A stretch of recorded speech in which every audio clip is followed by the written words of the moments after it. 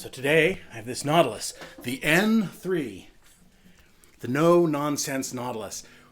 So named because it's using what many people consider to be ordinary tone woods. Sitka spruce for the top, Honduran mahogany for the back and sides.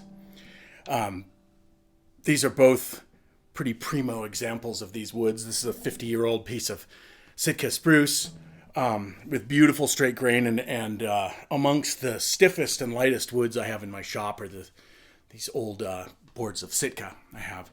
And just a beautiful piece of mahogany. And I'm not sure, I bought this from another luthier a few years ago, and I'm not sure how old it is, but it had the look of being kind of old. It was kind of like old and dusty, and it has this nice dark tone to it, color tone.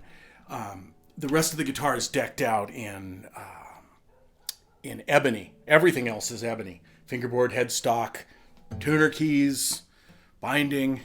So it's sort of like three woods, and I love that simplicity. So there's the No Nonsense. I'll play a little bit here.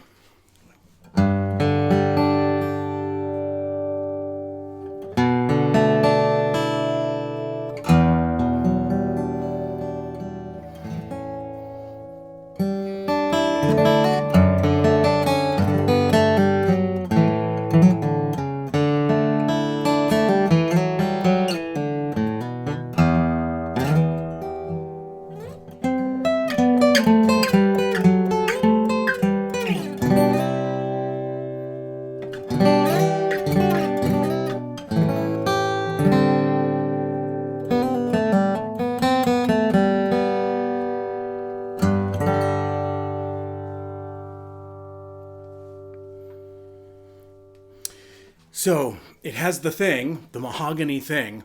There's sort of two camps in the world, two warring factions of guitar lovers. There are the rosewood guys and gals, and I'll say people, and the mahogany people. And it's because they produce different sounding guitars. The rosewood tends to have a very fancy, sophisticated top end, a lot of sparkle, tons of reverb and a long decay. And mahogany tends to be warmer, loud, a simpler tone, fewer overtones expressed. And a shorter decay, which translates into more note separation. If there isn't a bunch of reverb, if there isn't a bunch of decay of the sound of each note, then the notes sort of die off quicker and leave more room for other notes to express themselves. So it's really, mahogany is favored by people. Well, it doesn't matter what style you play. If you like a guitar, you like it, period. It doesn't be like, oh, you play like this, you have to have this guitar. It's like you play what you like. But I think mahogany lends itself to people who play in a melodic finger style, like say Delta blues or jazz, types of music where the internal relationships of notes within a chord and how they resolve into the next chord, also known as like voice leading, is really an important feature, because you can follow an individual note like it's an individual instrument in an orchestra. And that's a really cool thing about a guitar that has great note separation. So if you play a phrase like this has, these chord changes are, each note is resolving to its nearest neighbor to achieve the next chord, if that makes any sense. Here's something that sort of demonstrates that, like...